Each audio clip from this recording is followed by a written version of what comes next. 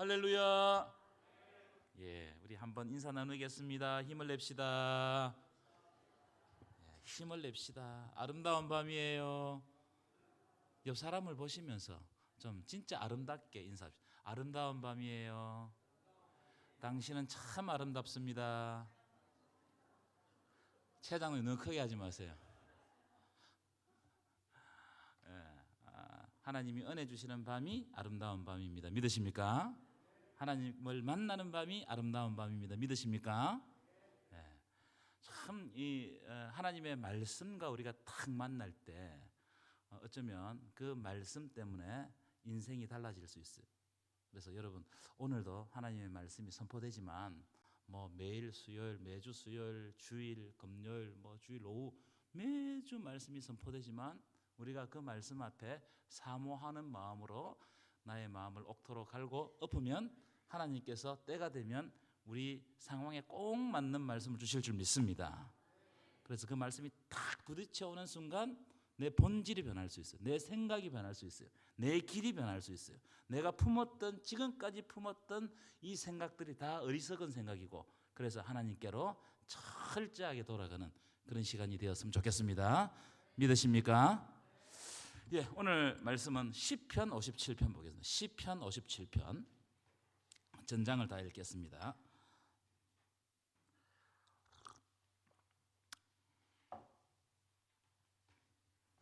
제가 한 절 읽고 여러분들이 한 절 읽고 읽도록 하겠습니다. 1절부터 읽겠습니다. 하나님이여 내게 은혜를 베푸소서. 내게 은혜를 베푸소서. 내 영혼이 주께 피하되 주의 날개 그늘 아래서 이 재앙들이 지나가기까지 피하리이다. 내가 지존하신 하나님께 부르짖으며 곧 나를 위하여 모든 것을 이루시는 하나님께로다. 그가 하늘에서 보내서 나를 삼키려는 자의 비방에서 나를 구원하실지라. 하나님이 그의 인자와 진리를 보내시리로다. 내 영혼이 사자들 가운데서 살며 내가 불사르는 자들 중에 누웠으니 곧 사람의 아들들 중에라. 그들의 이는 창과 화살이요 그들의 혀는 날카로운 칼 같도다. 하나님이여 주는 하늘 위에 높이 들리시며 주의 영광이 온 세계 위에 높아지기를 원하나이다. 그들이 내 걸음을 막으려고 그물을 준비하였으니 내 영혼이 억울하도다. 그들이 내 앞에 웅덩이를 팠으나 자기들이 그 중에 빠졌도다. 하나님이여 내 마음이 확정되었고 내 마음이 확정되었사오니 내가 노래하고 내가 찬송하리이다. 내 영광아 깨질지어다. 비파야 수구마 깰지어다. 내가 새벽을 깨우리로다. 주여 내가 만민 중에서 주께 감사하오며 문 나라 중에서 주를 찬송하리이다. 무릇 주의 인자는 커서 하늘에 미치고 주의 진리는 궁창에 이르나이다. 함께 읽겠습니다. 시작. 하나님이여 주는 하늘 위에 높이 들리시며 주의 영광이 온 세계 위에 높아지기를 원하나이다. 아멘. 금요일 저녁에는 어떤 식으로 설교를 하고 있죠? 잘 모르세요? 여러분 저는요 참 행복해요. 왜 행복하느냐? 금요일 저녁에 우리가 함께 모여서 금요 기도회를 하고 있다는 거예요. 아무도 아멘도 안 하시고 여러분 금요 기도한다는 것은요 상당한 여러분들이 하나님의 말씀과 기도에 사모하고 온다는 겁니다. 얼마나 피곤해요. 그거 아멘 하지 마세요. 그럼에도 불구하고 이 저녁에 하나님께서 어떻게 말씀하실까? 또 그럼에도 불구하고 우리가 기도할 때 하나님께서 어떤 응답을 주실까? 여러분 하나님을 만나는 것은 기대입니다. 믿으십니까? 왜냐하면 하나님은 뻔한 은혜를 안 줘요. 내가 예상치 못한 은혜를 탁 줌으로 그때 확 깨달아지는 거거든요. 그러면 어떻게 되느냐? 내 삶이 변하는 거예요. 아, 이것이구나. 이렇게 딱 변하게 되는 거예요. 그러니까 오늘 저녁에 뻔하게 생각하는 사람은 뻔하게 왔다 갈 수밖에 없어요. 그런데 하나님께서 예상 못하실 은혜를 주신다고 기대하면 하나님께서 우리가 알지 못하는 은혜를 주실 줄 믿습니다. 금요일 저녁에는 제가 어떤 설교를 하고 있죠? 인물편 하고 있죠, 그죠? 그래 구약의 인물들은 거의 다 다루었어요. 다 다루고 또 다음에 좀 남겨둬야 또 금요일 저녁에 할 거 아니에요. 그래서 신약으로 넘어가려고 하는데 오늘은 시편을 한 편을 다루고 저도 좀 준비를 해야 되고 그래서 이제 오늘 시편을 좀 다루도록 하는데요. 자, 오늘 말씀은 누구의 시편이죠? 다윗의 시편입니다. 여러분 시편을 볼 때 가장 먼저 살펴야 될 대목이 뭐냐면은 표제입니다. 표제. 성경을 보십시오. 표제. 어떤 시편은 표제가 있는 것이 있고 어떤 시편은 표제가 없는 것이 있습니다. 이 표제가 없는 것은 그냥 본문을 가지고 해석하면 돼요. 근데 표제가 있는 것 새겨 넣었단 말이에요. 새겨 넣는다. 새겨 넣는다. 그러니까 이 무슨 말이냐면은 시가 아주 훌륭하니까 돌이나 이 쇠판 있죠, 그죠? 금속판에다가 새겨 놓은 거예요. 그러니까 고대에는 어디에다 새겨 놓는다는 것은 의미를 크게 부여했다 이 말이에요. 예컨대 우리 태국 선교지 가니까는 그 장로님 가시니까는 교회를 딱 건축하고 난 다음에 머릿돌을 딱 새겨 놓죠. 그 머릿돌을 딱 새겨 놓으면서 이 교회가 누구에 의해서 건축되었는가를 알게 되는 거예요. 이건 밑감시도 마찬가지입니다. 이 굉장히 중요한 시기 때문에 비석이나 혹은 쇠에 동판에 새겨 가지고 사람들로 하여금 보게 하는 시다. 아주 중요한 시다는 겁니다. 아주 훌륭한 시다. 자, 그다음에 보시면 인도자를 따라 되어 있죠. 인도자는 누굽니까? 다윗 시대 때로 생각하면 찬양대 지휘자입니다.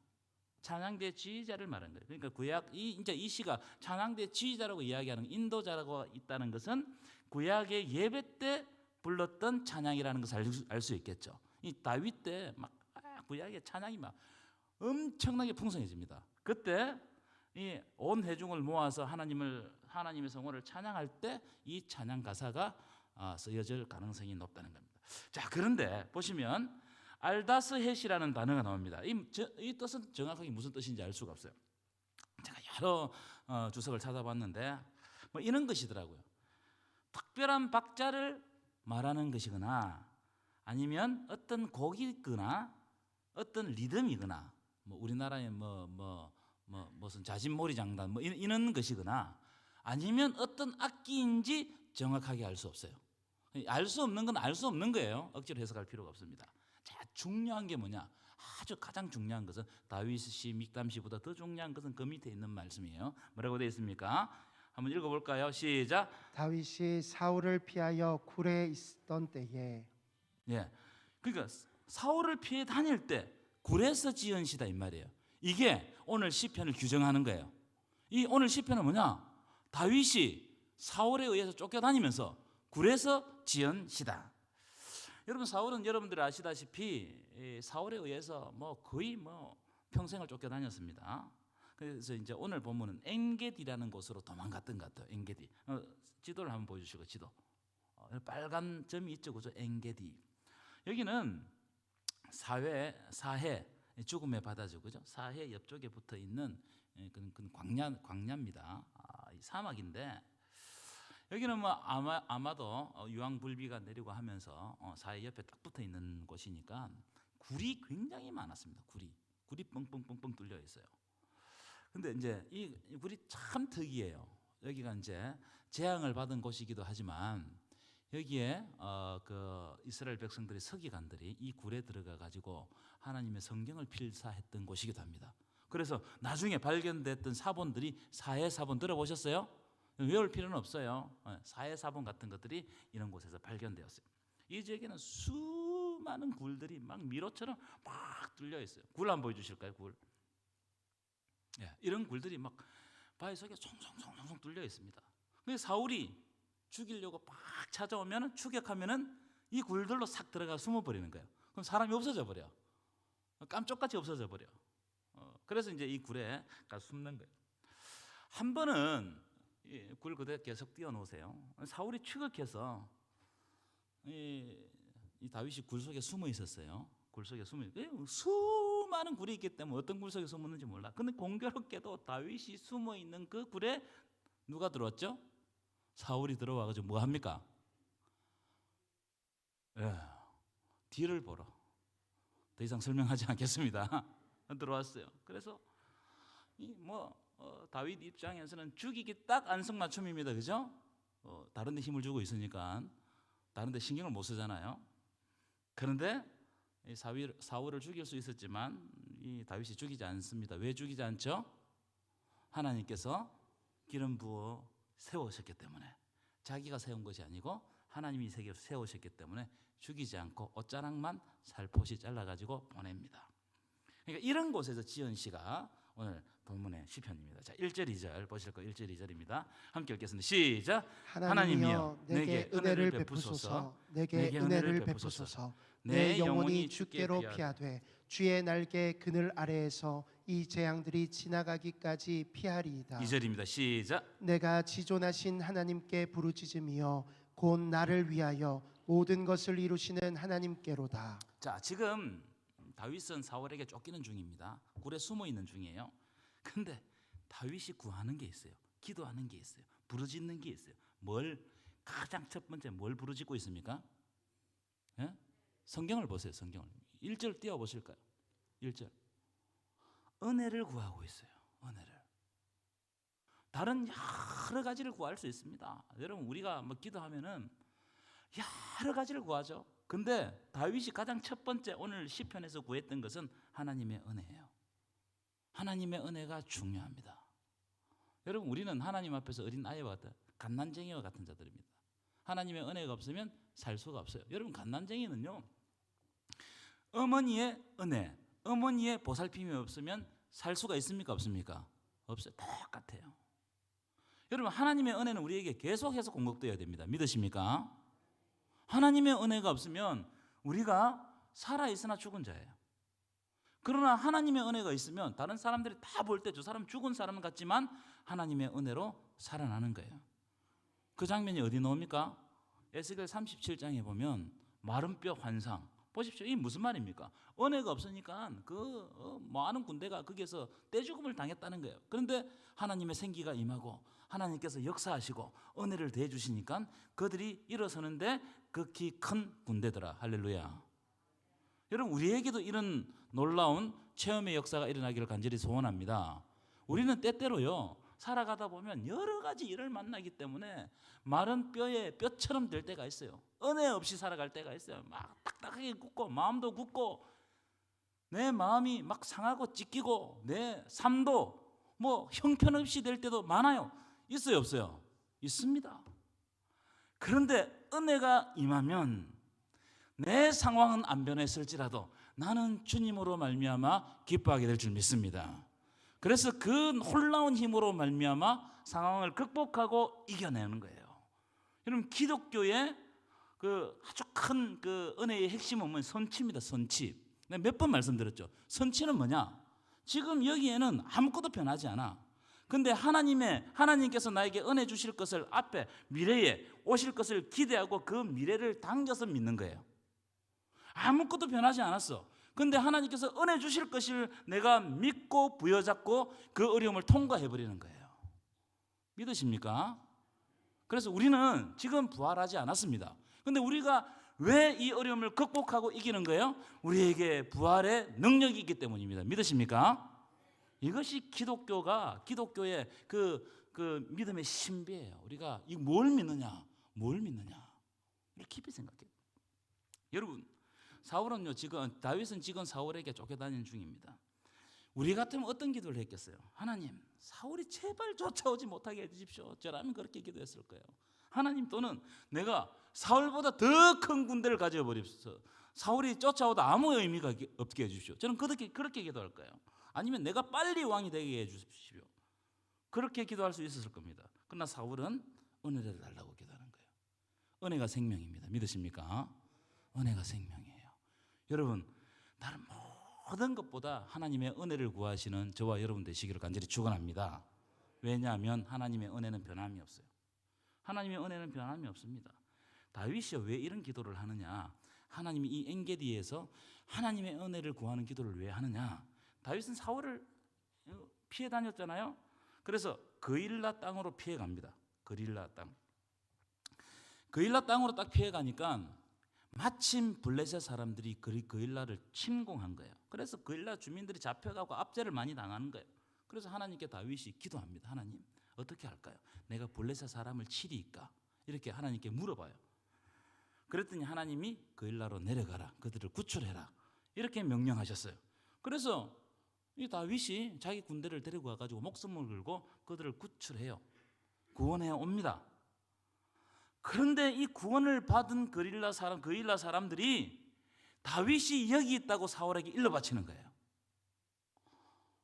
얼마나 여러분 괘씸하겠습니까? 화가 나고 팔짝팔짝 뛰지 않겠어요? 구원해 줬는데 그 사람들이 구원을 받았는데 사울에게 여기 있다고 일러 바치는 거예요. 그 다음에 십강야로 갔어요. 마찬가지예요. 똑같은 일이 벌어졌어요. 마온 황무지로 갔어요. 똑같은 일이 벌어졌어요. 다윗은 그 지역 사람들을 위해서 선한 일을 행하는데 그 지역 사람들은 악하게 다윗에게 갚아버리는 거예요. 대접하는 거예요. 인간적으로 얼마나 섭섭하겠으며 내 꼴이 이게 뭐냐 말이에요. 내가 차라리 구원해 주지 않았다면 속상하지도 않았을 거예요. 그런데 실컷 일해놨는데 사람들이 나에게 섭섭하게 한다. 물에 빠진 사람 건져놨더니 뭘 달라 한다고요? 어떻게 잘 알아요? 그렇죠. 안 건졌으면 죽어버리고 말 건데 구해놨는데 내 보따리는 어디 있냐 이게. 그런데 이 어려운 시기에 사무엘상에 보면 아주 하나님께서 다윗에게 중요한 말씀을 해주세요. 어떤 말씀이냐? 자, 사무엘상 23장 14절. 사무엘상 23장 14절 말씀입니다. 함께 읽겠습니다. 시작. 다윗이 광야의 요새에도 있었고 또 십광야 산골에도 머물렀으므로 자, 이 여기부터 중요합니다. 시작. 사울이 매일 찾되 하나님이 그를 그의 손에 넘기지 아니하시니라. 아멘이십니까? 아멘. 놀라운 말씀입니다. 사울이 와서 사람들이 매일 일러줘가지고 막 사울이 와서 매일 찾아가지고 그 지역을 샅샅이 뒤지지만 하나님이 사울의 손에, 하나님이 다윗을 사울의 손에 넘기지 아니하시니라. 이게 은혜단 말이에요. 이게 은혜다. 아무리 찾으면 뭐합니까? 안 보이는데, 찾지를 못하는데. 사람들은 다윗을 배신해요. 그들이 고통받을 때 다윗이 그 고통을 보고 구원해줘도 그들은 은혜를 원수로 갚아버립니다. 여러분, 사람들은 다 이렇습니다. 여러분, 내가 사람들에게 잘해주죠. 여러분, 보상받으려고 잘해주지 마세요. 반드시 배신으로 돌아옵니다. 사람들의 속성이 그래요. 왜냐하면 그 속에 죄가 있기 때문에 그렇습니다. 죄가 발동하면요, 자기밖에 몰라요. 그러나 하나님은 다윗을 사울의 손에 넘기지 아니하시고 다윗을 지켜주시는 거예요. 그래서 오늘 본문 다시 57편으로 돌아가 보실까요? 사람이 하는 약속이나 사람이 쓰는 보증이나 사람이 하는 무슨 선한 행동이나 이런 것은 언제 바뀔지 모릅니다. 옆 사람을 한번 보세요. 언제 바뀔지 몰라요. 지금 모습이 가장 아름답습니다. 하지만 하나님의 은혜는 변하지 않을 줄 믿습니다. 이게 하나님의 은혜의 영원성이에요. 하나님의 은혜는 안 바뀐다는 거예요. 때때로 나는 하나님을 떠날 수 있어도 하나님은 떠난 그 탕자를 끝까지 기다리십니다. 이게 하나님의 은혜다. 그래서 다윗이 하나님의 은혜를 구하고 사모하는 거예요. 1절 다시 보실까요? 1절 다시 하반절에 보면은 어떻게 돼? 이 재앙이 지나가도록 어떻게 하겠다고요? 주의 날개 그늘 아래 피하겠나이다. 재앙이 임하면 임할수록, 나에게 어려움이 임하면 임할수록, 여러분, 우리 삶에 어려움이 많아요. 어려움이 임하면 임할수록 어떻게 한다? 주의 날개 그늘 아래 피하겠나이다. 아멘이십니까? 이게 믿음이요. 이게 믿음이라고. 주의 날개 그늘 아래 피하는 게 믿음이에요. 여러분, 이렇게 어려운 현실을 살아갈 때 하나님께 피하시는 저와 여러분 되시기를 간절히 축원합니다. 그래서 2절 보시면 지존하신 하나님께 부르짖는 거예요. 지존하신 하나님께. 지존하신 하나님께. 여러분, 어디에 부르짖습니까? 누구에게 하소연하였습니까?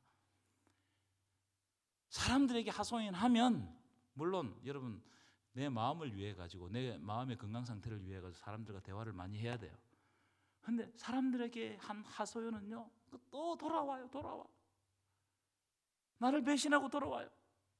지존하신 하나님께 부르짖으시기를 간절히 축원합니다. 자, 4절 보시겠습니다. 4절.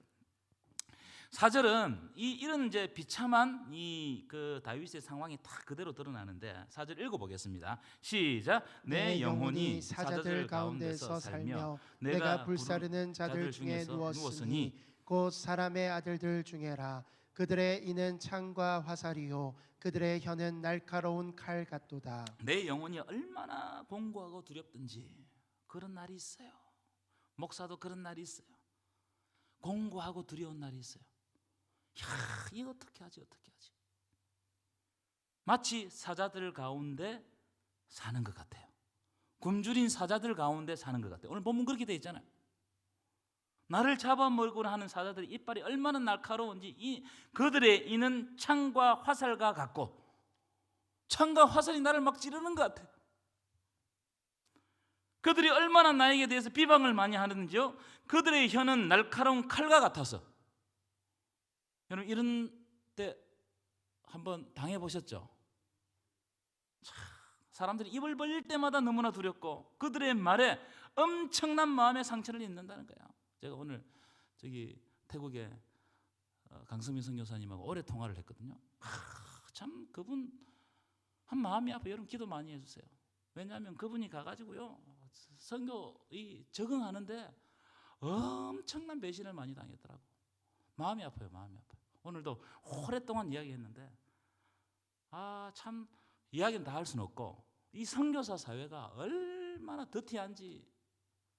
한 사람이 잘하니까 그거 다 빼앗아 버리고 그랬더라고요. 그래서 이제 7년 이제 자기 선교지 이제 찾아가는 거예요. 하나님께서 복 주셨어요. 내가 보실 때 우리 교회를 만나게 하셔서 복 주신 줄 믿습니다. 믿으십니까? 기도 많이 해주세요. 그들이 입을 벌릴 때마다 너무나 두렵고 그들의 말에 엄청난 마음의 상처를 입는다는 거예요. 여러분 그래요 안 그래요? 교회 오면 말 때문에 상처 입어요 안 입어요? 입어요. 사실입니다. 말 때문에 여러분 여기 보십시오. 그들의 혀는 날카로운 칼과 같아서 그들의 이는 창과 화살과 같고 그래서 사자들 속에 누워있는 것 같다는 거예요. 여러분 우리의 삶에는 나를 삼키려고 하는 사자들이 너무 많습니다. 어떤 때는 경제적인 위기고요, 어떤 때는 관계적인 위기고요, 어떤 때는 신앙적인 위기고요. 그렇죠? 그렇습니다. 아무것도 안 하면 상처 안 받는데 하면 할수록 상처받아. 이게 교회 생활이에요. 나의 의지와는 상관없이 이빨을 드러내고 말로 나의 마음을 핥혀놓는 거예요. 그러면 정신을 차릴 수가 없어. 왜 내가 주님 예수 안 믿었으면 이런 일이 없었을 텐데, 교회 안 다녔으면 이런 일이 없었을 텐데. 그런 일이 허다합니다. 허다해요. 얼마나 그런 일이 많은지 몰라요. 차라리 내가 모르는 사람이면 괜찮아. 그런데 나와 기도 제목을 나누고 함께 했던 사람들이 나에게 어떤 때는 이빨을 드러낼 때 있다. 저에게도 그런 게 있었어요.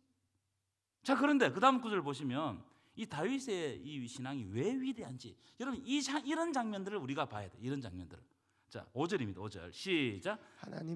다시 시작. 하나님이여 주는 하늘 위에 높이 들리시며 주의 영광이 온 세계 위에 높아지기를 원하나이다. 아멘이시죠? 9절부터 11절도 읽겠습니다. 시작. 주여 내가 만민 중에서 주께 감사하며 문나라 중에서 주를 찬송하리이다. 10절입니다. 시작. 무릇 주의 인자는 커서 하늘에 미치고 주의 진리는 궁창에 이르나이다. 11절 시작. 하나님이여 주는 하늘 위에 높이 들리시며 주의 영광이 온 세계 위에 높아지기를 원하나이다. 아멘이십니까? 아멘. 이렇게 자기가 공격을 당해도 다윗은 하나님의 영광이 온 세계에 높아지기를 원한다는 거예요.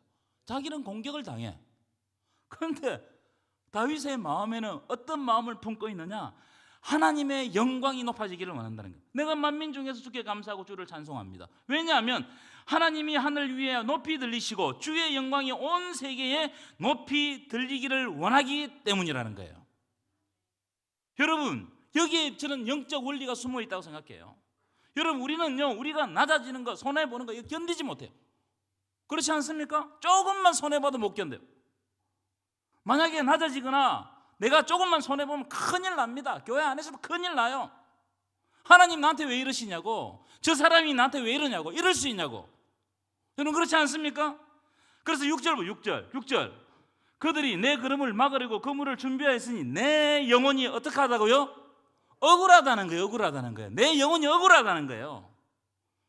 근데 잘 보십시오. 그 뒤에 보면은 그들이 내 앞에서 웅덩이를 팠으나 그들이 그 중에 빠졌도다. 여러분 무슨 말입니까? 내가 억울할 때가 있어요 없어요? 있어요. 다윗도 기름 부음을 받은 자였어요. 하나님께 선택받은 자였어요. 그런데 사울에게 맨날 쫓겨다니는 거예요. 억울해요. 그런데 하나님 이것으로 끝내지 않는다는 거예요. 그들이 내 앞에 웅덩이를 팠으나 자기들이 그 중에 빠졌도다. 여러분, 하나님의 반전은 하나님이심을 믿으시기 바랍니다. 하나님 반전시켜요. 이게 우리에게 고통받는 것이 영원히 있지 않게 하세요. 어느 순간 되면 딱 반전시켜요. 아, 이게 하나님의 뜻이었구나. 반전될 때 그때 하는 거예요. 그래서 다윗이 오늘 거꾸로 반응하는 겁니다. 내가 억울해도 하나님은 온 세계에 높아지기를 원하나이다. 하나님이 영광받기를 원하나이다. 이렇게 고백하는 거예요. 당장 내가 죽을 지경이지만 하나님이 높아지기를 원한다는 겁니다. 왜 그러느냐? 여러분, 영적 원리는요, 내가 높아진다고, 내가 손해 안 본다고 문제가 해결되는 게 아니에요. 여러분, 문제의 해결은 하나님께 있음을 믿으시기 바랍니다.